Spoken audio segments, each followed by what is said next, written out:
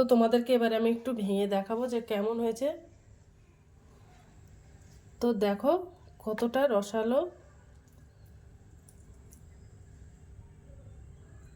খুব সুন্দর হয়েছে।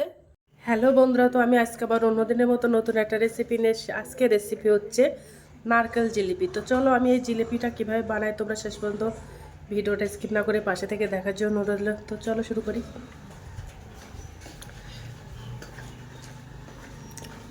প্রথমে দেখো আমি একটা গামলা বাটি নিয়ে নিয়েছি, ওর মধ্যে আমি হাফ বাটি ময়দার আটা, হাফ বাটি চালের গুঁড়ো, হাফ বাটিরও কম চিনি দিয়ে দেব। দিয়ে এবার এগুলো একটু মিশিয়ে নেব। এবার আমি একটা উনানে ফ্রাইং প্যান দিয়ে দিয়েছি, এবার আমি ওর মধ্যে জল দিয়ে দেব। তো ওই বাটির আমি 1.5 বাটি জল দিয়ে দিলাম। কিছুটা নারকেল কুড়ে নিয়েছিলাম, ওই নারকেল কোড়াটা দিয়ে দেব এই জলের মধ্যে।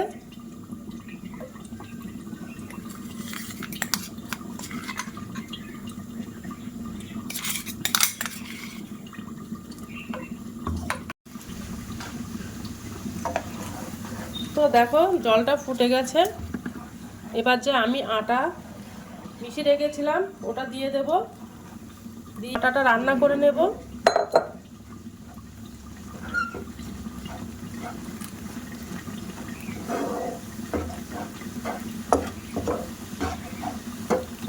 তোমরা চাইলে পুরো চালের গুঁড়ো দিয়েও বানাতে পারো এই জিলিপিটা। ওর মধ্যে 1 চামচ মতো বেকিং পাউডার দিয়ে দেব, দিয়ে ভালো করে মিশিয়ে নেব।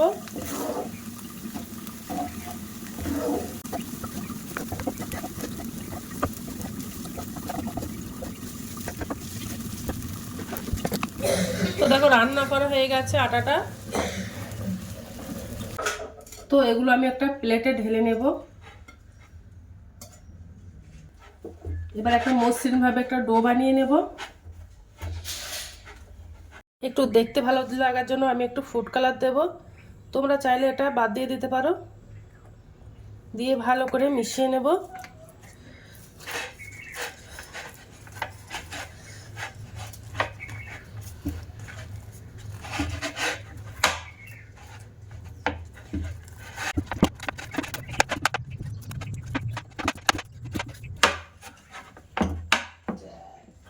তো দেখো ফুড কালারটা মেশানো হয়ে গেছে। এবার আমি হাতে জড়িয়ে যাচ্ছে বলে একটু সাদা তেল দিয়ে মেখে নেব, তোমরা চাইলে একটু ঘি দিয়ে মাখতে পারো।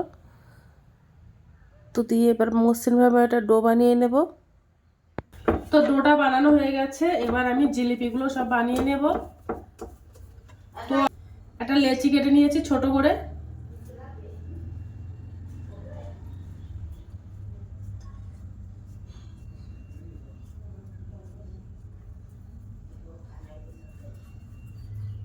এবার হাত দিয়ে আমি লম্বা করে পাকিয়ে নেব।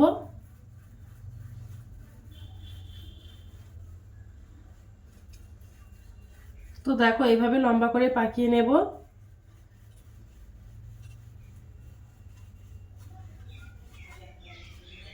যত সরু হবে তত দেখতে ভালো লাগবে।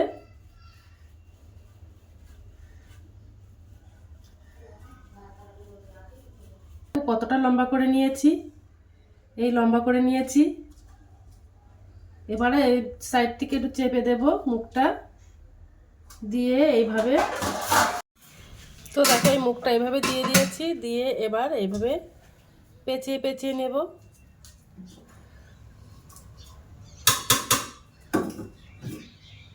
দেখো এবার পেঁচিয়ে নিয়েছি, নিয়ে এবার এর সঙ্গে গায়ে লাগিয়ে দেব।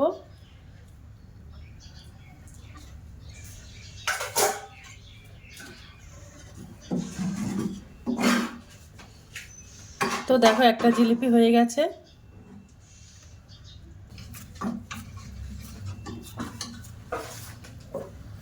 তো আরেকটা বানিয়ে নেব।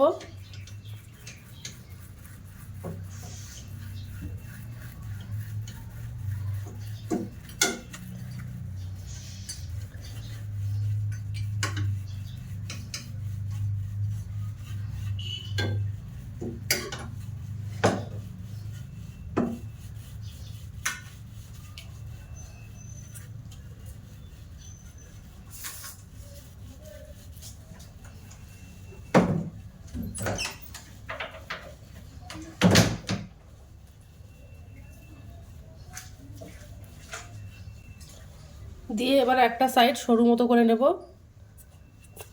তো দেখো সরু করে নিয়েছি। তো এবার এভাবে মুড়ে দেব।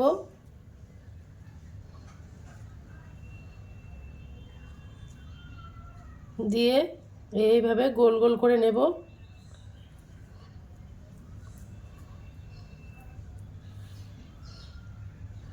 নিয়ে এইভাবে চেপে চেপে দেব।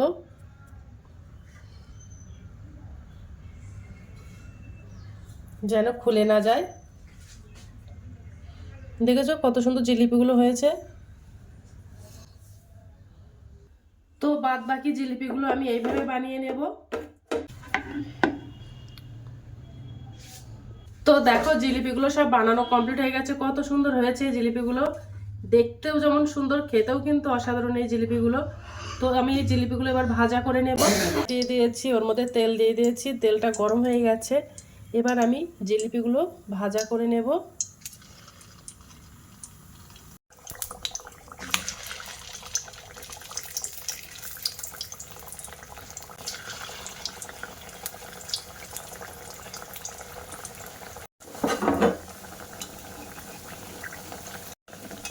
তো জিলিপিগুলো ভাজা করা হয়ে গেছে, এবার আমি তুলে নেব।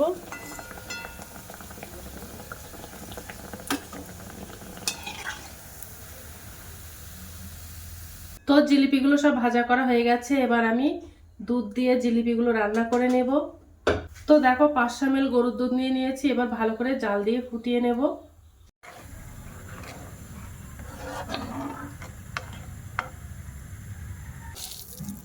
এবার আমি দুধের মধ্যে চিনি দিয়ে দেব। 3 চামচ চিনি দিয়ে দিলাম।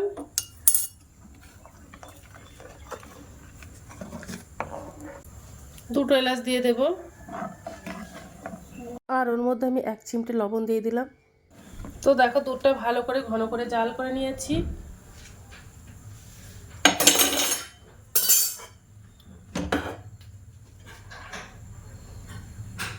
এবার যে জিলিপিগুলো ছিল, জিলিপিগুলো দুধের মধ্যে দিয়ে দেব।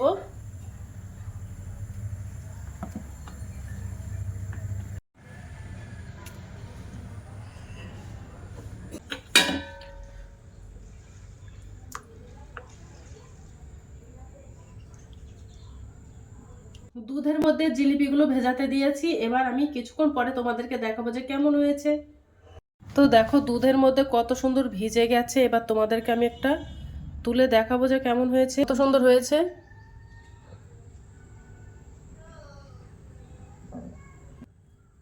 একটু খেয়ে দেখবো।